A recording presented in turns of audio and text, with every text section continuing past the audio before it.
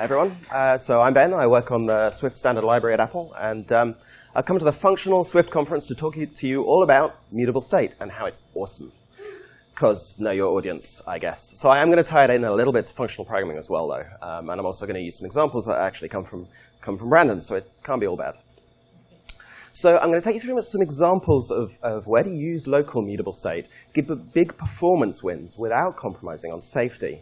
And then I'm going to talk a bit about some internal changes we've made to the standard library that's going to come out in an upcoming version of Swift pretty soon that allow for safe and efficient mutation of collections with a feature we call generalized accesses.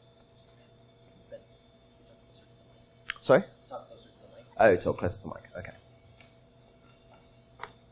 Cool. So I wanted to start with a quote from the Swift.org website that I kind of like.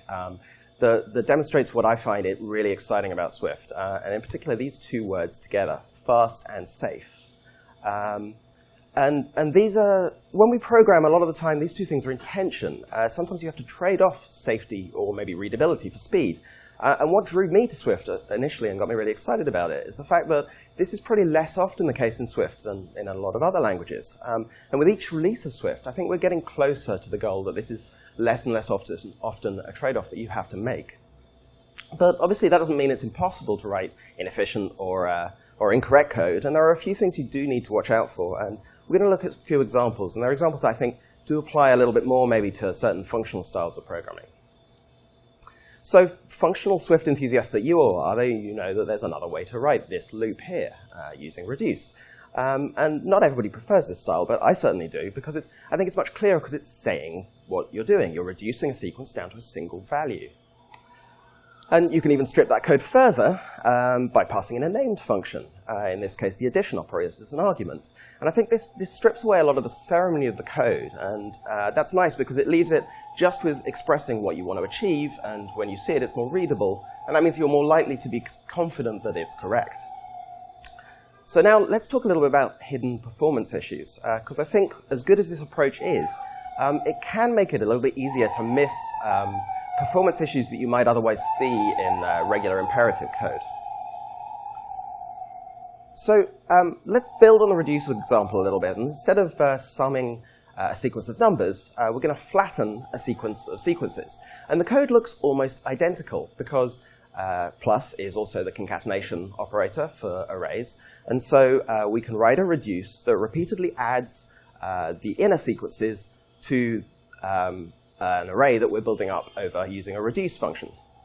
But now, this addition operator is actually a major performance bottleneck. And to see why, if you don't already see it, it might be easier to break the reduce back out into a for loop. So every time we go around the loop, here we're creating a brand new array by adding the new subsequence to the accumulation value. And creating a new array is a linear operation. And we're doing that linear operation around in a loop. And that means that this algorithm is accidentally quadratic. That is, as you increase the size of the input, the time it takes increases by n squared. So this is a really easy fix. Just use in place append. So instead of creating a new array each time around the loop, we're just continually adding to the same original array. Now, wanting to write in a more functional style doesn't mean you have to give up on performance improvements like this. Because one of our conference co-hosts, Chris, wrote an evolution proposal that actually made it into Swift 4 for a version of reduce that takes its accumulation value in out.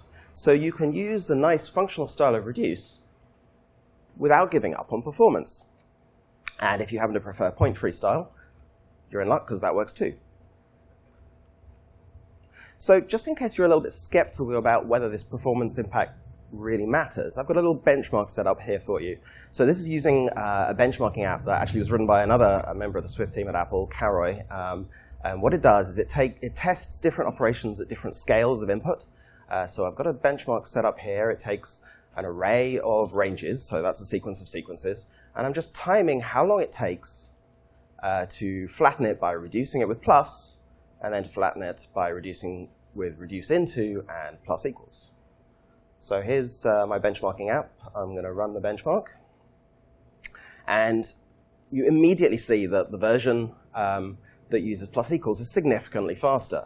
Now, this is plotting on a log scale. It's log in both time and size. And that's kind of nice because then on the same plot, you can see both the fast version up here, and you can see the slow version, the fast version down here and the slow version up here. On the fast version, you can see that little sawtooth pattern. That's actually the array growing. It doubles in size whenever it needs to accommodate more items, which it's actually a nice way of visualizing that. That means that appending actually does happen in amortized constant time, even though growing the array takes linear time. It only does it on a doubling basis. But if we turn off the log scale, we see the true horror, which is that it starts to diverge pretty badly at around a couple of hundred elements. And by the time you get into the thousands, it's massively slower. And in fact, if I was benchmarking larger values than 8,000, it probably would maybe never complete, or at least not till my battery died.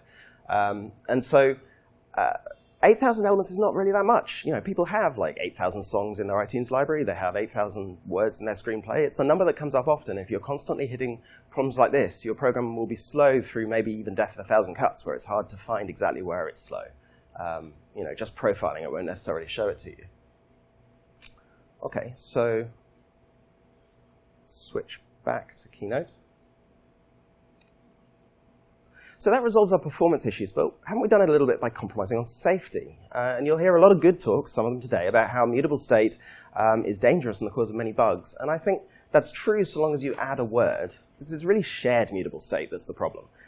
It's when we share state and we mutate it from all over our program, sometimes accidentally simultaneously, that you're really in trouble. Of course, GUI is the most likely time when you're going to do that, because that's what GUIs are. They're shared mutable state all over the place. So that's why lots of really great techniques are out here for trying to tackle that problem. But these examples don't really do that, right? These examples are just using local states, and they're operating on values. So the mutation isn't really that kind of risk. It doesn't make the code any less understandable, at least from my perspective. And that's because of this important property called local reasoning. That is, when you look at a piece of code, you can fully understand exactly what it's doing just by looking at that code in front of you. You don't need to understand about what code elsewhere is doing to understand that the code you're looking at is correct. And this is another thing we see a lot in functional programming. For example, with pure functions, because they don't have any side effects, you have the ability to reason locally about what the function does without worrying about any other code. But that's also the case here, right? And Swift has a lot of features that help us with this kind of thing. So for example, it's always had value types, which help with local reasoning, because when a function returns you a value, you don't really need to worry when they give you an array, whether it was really a mutable array that might get changed underneath from under you because they kept a copy and they're messing with it. The value is just yours. And then another feature that is helping you with local reasoning is something that was started to introduce in Swift 4, which is something called avoiding conflicting access. So compiler support for this means that when code is modifying a value, it's the only code that can access that value. And for a fuller understanding of this, I'd really recommend reading the chapter on memory safety from the Swift programming book that's now been made available on swift.org as well as on iBooks. And this guarantee of exclusive access is really useful in preventing bugs that can otherwise happen with mutating functions. But those guarantees also allow Swift to provide more language features and optimizations as well. And one of the first places where we're taking advantage of this is in a new feature called generalized accesses that I'm going to talk to you about next. So to demonstrate what generalized accesses are, I'm going to use an example of some code from Brandon and Stephen, which is the NonEmpty Collection that they recently talked about and put as open source on GitHub. So I'm going to come out of Keynote. I'm going to stop my benchmark that I realize is still running and making my fan spin. And then I'm going to go over to Xcode. And I'm going to just very quickly talk you through what NonEmpty Collection is.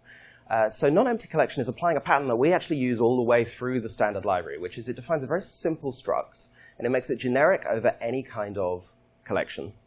And it adds some feature or property or guarantee to that collection. And in this case, NonEmpty guarantees that it's never going to be empty. It's always going to have at least one element. And the way it does that is it has two properties. It has a head that is one element, and then has a tail that's made up of the collection that this wraps, that's the rest of the elements. And so even if tail is empty, there's always going to be at least one element. So this is a really powerful technique. We use a similar technique to do things like lazily map a collection using a closure, or reverse a collection if it's bidirectional, things like that. And it's a technique you can use as well. I think looking at NonEmpty would be a good way of learning a little bit about it, so I'd recommend you do that. It really only takes about 40 or 50 lines of code, given a simple struct like this, to conform it to collection, the standard libraries protocol. You only need to do 4 or 5 things. You need to define an index and give a way of moving that index through the collection. So in this case, it would move from head and then through the tail. You need to give a start and end index, in which case, in this case, that's the head is the start and the tail is the end of the tail. Sorry, the end index is the end of the tail. And then finally, probably the most important thing, you need to define subscript, which, given an index, gives you back an element. And the implementation for this is pretty simple. If you're at the head, it gives you back the head. And then if you're somewhere in the tail, it gives you that element from the tail. And once you've done that, that's all you need to do. And you suddenly have loads of automatic capabilities for free from the standard library. So you have the ability now to map or filter or reduce a non-empty collection. You can slice it using the regular slicing operators, including one-sided ranges and all sorts of good stuff like that. And then once you've done something like that, the next natural step is you start to build on it conditionally, depending on what you're wrapping. So for example, if you're wrapping a bidirectional collection, you could make non-empty a bidirectional, which means you can go from the end back to the start. And then, because this is a talk about mutation, you can, if your tail is mutable, you can make non-empty mutable as well. And it's pretty easy to make your mutable your collection a mutable collection. You just redefine a second version of subscript, which in addition to the get, also provides a set, which looks almost identical to the get, only instead of returning an element at a position, you're assigning a new value that's passed into you to that position. And that's really all you need to do. So now we've made our non-empty collection bidirectional and mutable, which means, for example, for free you will get the ability to reverse it in place. So you'll be able to call that method from the standard library. You can also make it. You can also use other protocols to enhance it. So, for example, if the tail is range replaceable, you could give it an append method. You wouldn't want to conform to range replaceable because that allows you to create an empty version, and that would defeat the point of what we're doing here. So, why do we define non-empty? Well, it's got a lot of really useful properties. So, for example, its first property doesn't need to be optional because it's always going to have one, and if it was bidirectional, its last property wouldn't need to be optional. You could give it a version of reduce that doesn't take an initial element. It could just use the guaranteed always present first element or something like that. And here's an example that I'm actually going to talk about a little bit more from a performance point of view. So you could use it, for example, in a group by operation on sequence. So imagine you defined a group by operation that groups your sequence into a dictionary of groupings, and then all the elements that are in that group are in an array that's the value for the grouping key. And the code to do that is pretty simple. You just loop over the collection. You check whether that grouping is already present, and if it is, then you just append the element. So I'm going to benchmark this little bit of code, and I'm going to talk about the results of that benchmark. So I'm using the same benchmarking tool as before, and I'm just going to scale it by passing in an array of integers, and I'm going to generate a group by that just groups those integers into like even and odd numbers. I'm going to run that benchmark now. And we see that disaster strikes. That bit of code that I just wrote is accidentally quadratic, just like the version of reduce that we were looking at earlier, which is pretty frustrating. And if I look at the code that I've written for my group by, there's nothing wrong with it, actually. If I'm looking at this, I've not really done anything wrong. I mean, I could optimize a little bit here or there, but it should be fine. And in fact, the problem isn't with non-empty at all. The problem is actually with Swift's dictionary type. It's dictionary that has this problem.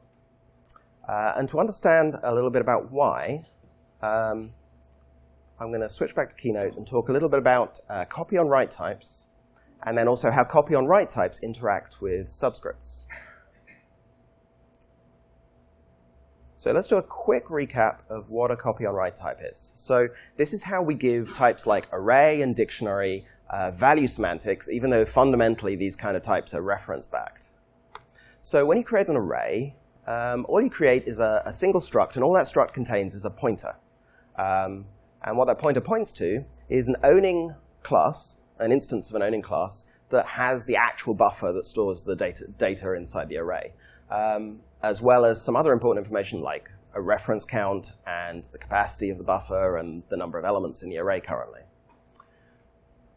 When you do perform a mutation on that array, like, for example, appending to it, the first thing it does is it checks if the buffer is uniquely referenced. That is, if only one array struct is pointing to it. And in this case, we just created it, so it is uniquely referenced. And so we can go ahead and just append directly to the buffer. Now, what happens when you make a copy of an array? Well, with CopyOnWrite types, when you make a copy of the array, really almost nothing happens. We create another struct that contains a pointer that points to the exact same buffer. No actual copying takes place. The only thing that really matters is that the reference count on the owning class goes up by 1, so it's now 2. When you then try and mutate that array, say we want to append another number to the array B, it first checks whether the buffer is uniquely referenced, and it isn't, because there are 2 of them. There are 2 references to it.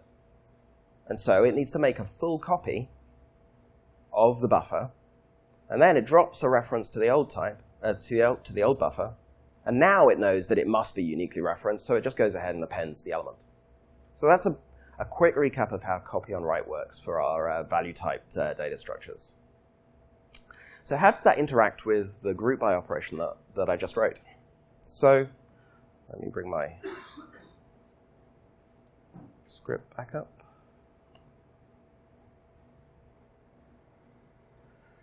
So let's look at how it interacts with how subscripts interact with CopyOnWrite types. So we have 3 methods involved here as we go around the loop. We've got the group by itself, we've got the subscript to access the groups, and then we've got the append of the new elements to the group. In particular, we're going to break apart this function here into what's actually happening from a calling point of view. Because it looks like one operation, but it's really actually 3 operations. So first of all, we call the subscript get, and that gets the group out of the dictionary. Then we call append to add the element to the group, and then it calls the subscript set to put it back into the dictionary.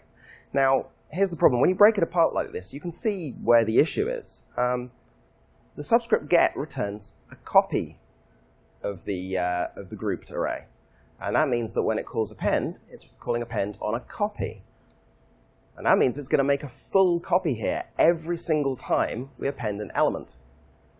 And then it puts that copy back, the fresh mutated copy back into the dictionary. So it's always going to be quadratic. It's basically the exact same problem as we saw earlier with our reduce example. So you're probably thinking at this point, that can't be true, right? Like, this would be a massive performance problem with Swift that everybody would know about, and it would cause problems all the time. And it's actually kind of specific to this use case of dictionary. When you're using standard library types, you don't normally see this kind of thing. And to show you why, I'm going to show you some behind-the-scenes code of exactly how array is implemented, because array does not have this problem. So I'm here in the code for, oh, no, I'm not, because I was looking at, oh, I remember what I was doing. I was looking up the fact that we do have some satisfiers called contains. So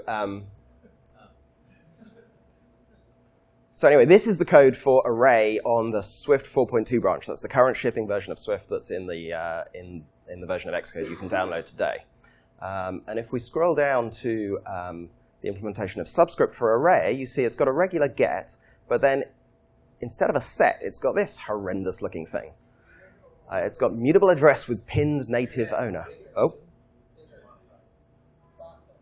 Oh, sorry. That was that. Let's make it big and scary. Mutable address with pinned native owner. And so what actually happens when you mutate an element of an array is this is a private method that only the standard library can use, and that the Swift compiler knows about, and that basically it uses when you mutate an element in an array to get the address that's actually the address of the element in the array's buffer directly. And then it calls a mutate operation directly on that element there in the buffer. And that means it doesn't get a copy out, and that means that array does not actually suffer from this issue. But there are that works, but there are a couple of issues with this. I don't know if you've heard, but we're trying to stabilize our ABI. And so even though this works, it's not great. It's kind of scary, even for us to use. You have to understand a lot about the way lifetimes work in Swift of objects. And this would make it into its ABI. So if we're not happy with it, we really needed to fix it this year, which we have done. So the other couple of problems is, one is it does not work with dictionary. And the reason it doesn't work with dictionary is because dictionaries don't necessarily have an element for a given key. They're not like arrays. So if you can't ask for the address of an element given a key because it might not be there. We have to give you back an optional.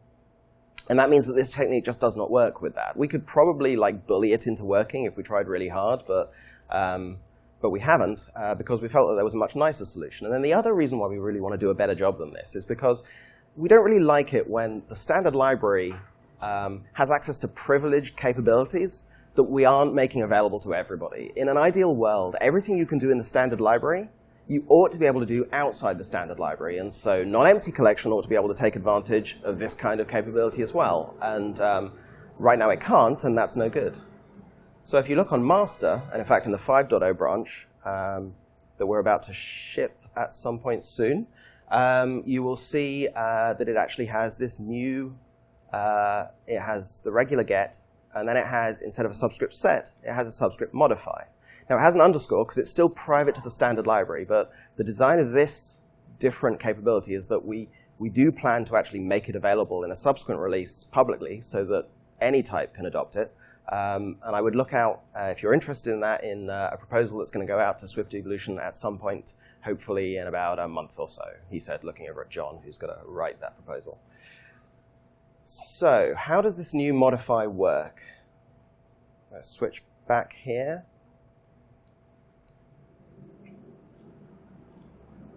Oh, no, I need to go forward a slide.